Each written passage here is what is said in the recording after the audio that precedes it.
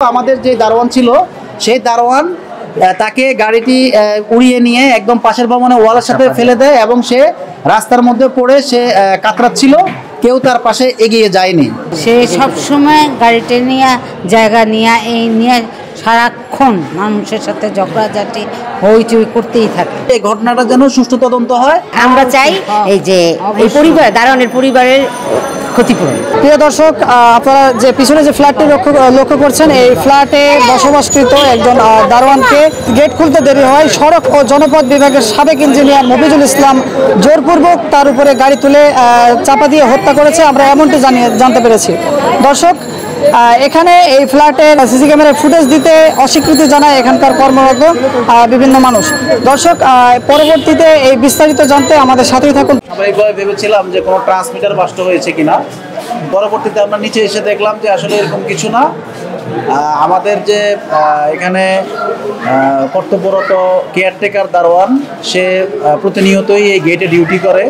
আমি নিজেও সবসময় আমার গাড়ি নিয়ে এখান থেকে বের হই, তারা নিয়ম অনুযায়ী গেটটি খুলে দেয়। কিন্তু আজকে যেটা ঘটলো সেটা হলো যেই তিনতলায় বসবাসকারী যেই ব্যক্তি, তার গাড়িটি সে নিয়ে এখানে পার্কিংরত অবস্থায় ছিল, তার যে ড্রাইভার সবসময় তার গাড়ি চালায়, সে গাড়িতে ছিল না। উনি নিজেই গাড়িটি নিয়ে যখন বের হন তখন খুব বেপরোয়া গতিতে উনি গাড়িটি নিয়ে বের হন এবং আমাদের যেই কর্তব্যরত এখানে দারোয়ান ছিল সে গেটটি খুলে দেওয়ার সাথে সাথেই সে পুরোপুরি গেটটি খুলতেও পারেনি।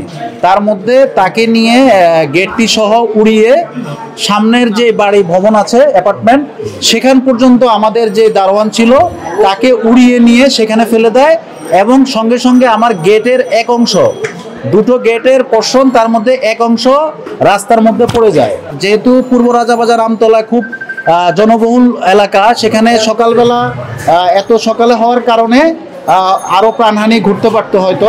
তো মানুষজনের জনসমাগম কম ছিল, সেজন্য শুধু আমাদের যে দারোয়ান ছিল সেই দারোয়ান তাকে গাড়িটি উড়িয়ে নিয়ে একদম পাশের ভবনে ওয়ালের সাথে ফেলে দেয় এবং সে রাস্তার মধ্যে পড়ে সে কাতরাচ্ছিল, কেউ তার পাশে এগিয়ে যায়নি।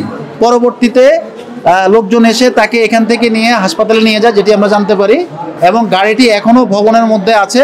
পুলিশ এসেছে, ইনভেস্টিগেশন করেছে। পরবর্তী ঘটনাটা যাতে সুস্থ তদন্ত হয় সেটা আমরা দাবি জানাচ্ছি। যেহেতু আমরা এই ফ্ল্যাটেই বসবাস করি, এরকম ঘটনা যেন আর না ঘটে, কারণ এইখানের মধ্যে আমাদের বাচ্চা কাচ্চারা এই প্যাসেজের মধ্যেই হাঁটাচলা করে, খেলাধুলা করে। এখন যদি পার্কিংয়ের মধ্যে এত সজোরে গাড়ি নিয়ে আজকে একটা লোককে এভাবে নিহত হলো বা এই ধরনের ঘটনা ঘটলো, আমাদের এই অ্যাপার্টমেন্ট বা যারা আমরা বসবাস করি এই অ্যাপার্টমেন্টে, ফ্ল্যাটের যারা কর্মীরা, আমরা যেখানে আছি, ফ্ল্যাট মালিকরা বা যারা ভাড়াটিয়ারাও আছেন, সবাই মিলে একটাই দাবি, এই ঘটনাটার খুব ভালো একটা তদন্ত হোক এবং যে ব্যক্তি মারা গেছে সে যেন তার এটার ক্ষতিপূরণটা পায়।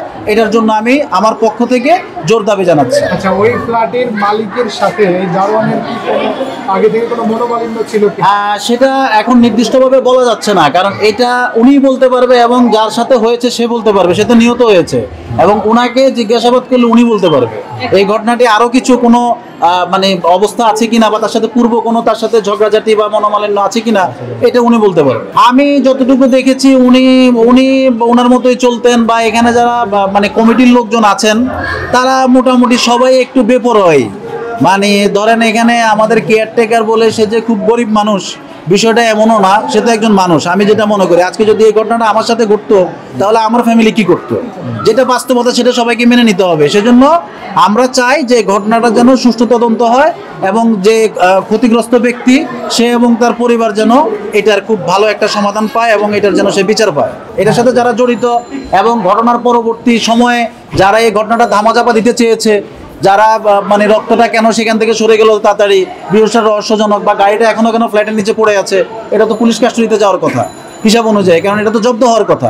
যেহেতু গাড়িটি এখনো ফ্ল্যাটের নিচে আছে, তাহলে এটা আপনাদের মাধ্যমে এটা আপনারা খতিয়ে দেখার জন্য এটা আপনাদের মাধ্যমে আমি আবেদন জানাচ্ছি যে অপরাধী তো অপরাধী তো আইনের বাইরে না, সে যেই হোক সে শাস্তি পেতে হবে।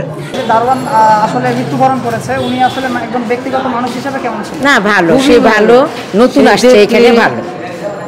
তার পরিবারের কোনো আহাজারি আপনারা শুনেছেন কিনা? না না, এখনো তো দারোয়ানের পরিবার তো এখনো দেখিনি। বর্তমানে যে দারোয়ান মারা গেছে উনি এখন কোথায় আছে? সরোয়ার্দী হাসপাতালে। হাসপাতালে মর্গে। আপনারা এলাকাবাসী হিসাবে এখন এই মর্মান্তিক ঘটনার কি দাবি চাচ্ছেন বা কি বিচার চাচ্ছেন? ছেলে মেয়ের অবস্থা কি হবে?